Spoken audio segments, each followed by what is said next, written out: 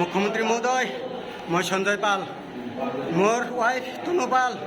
মোৰ পৰহি 4:30 বজাত মোৰ এটা ল'ৰা জন্ম পাইছিল। 4:30 বজাত বৰপেটা হস্পিটেলত, ফখৰুদ্দিন আহমেদ মেডিকেলত।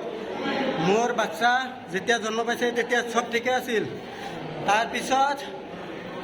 তাৰপিছত ৰাতি আমি দেখা পালোঁ যেতিয়া বাচ্চাটোৱে কান্দে তেতিয়া বাচ্চাটোৰ মানে গাটো কলা পৰি যায়। তেতিয়া মই ডক্টৰক দেখুৱালোঁ। পিছদিনা ৰাতিপুৱা দেখুৱাৰ পিছত ডক্টৰে ক'লে ICUত ভৰাই দিয়ক, ঠিক হৈ যাব, ভাল হৈ যাব। তাৰপিছত মই ICUত মই দিলোঁ, দৌৰাদৌৰিকৈ মই দিলোঁ, বহুত কষ্ট পালোঁ দিলোঁ।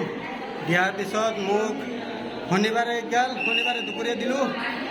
দেওবাৰ ৰাতিপুৱা জনোৱা কথা, ৰাতিপুৱা জনোৱা নাই। তাৰপিছত মোক সন্ধিয়া 5 বজামানত ফোন কৰিছে যে আপোনালোকে আহক, বাচ্চাটো চাই যাওক। তেতিয়ালৈকে বাচ্চা নাইকিয়া হ'ল, আমাক একো জনোৱা নাই।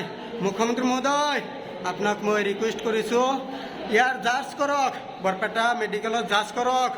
আৰু ইয়াৰ যে ছিকিউৰিটি থাকে সিহঁতৰ প্ৰতিটো মানুহক জাজ কৰক। সিহঁতৰ বহুত বেয়া অৱস্থা, সিহঁতে ব্যৱহাৰ এনেকুৱা কৰে, যিমান পেচেণ্ট আছে চব পেচেণ্টক লাঠি দি চাৰ্জ কৰে। এনেকুৱা পৰিস্থিতি। আমি বৰপেটা হস্পিটেলত ফুটবল খেলিব অহা নাই। মুখ্যমন্ত্ৰী মহোদয়, মই আবেদন কৰিছোঁ আপোনাৰ তাতে জাজ কৰক। আমাৰ বাচ্চা লৈছে আৰু যাতে 10জনৰ বাচ্চা নলয়, 50জনৰ বাচ্চা নলয়, লাখ বাচ্চা নলয়। আপুনি এইটো জাজ কৰিব মুখ্যমন্ত্ৰী মহোদয়, মই আপোনাক আবেদন কৰিলোঁ।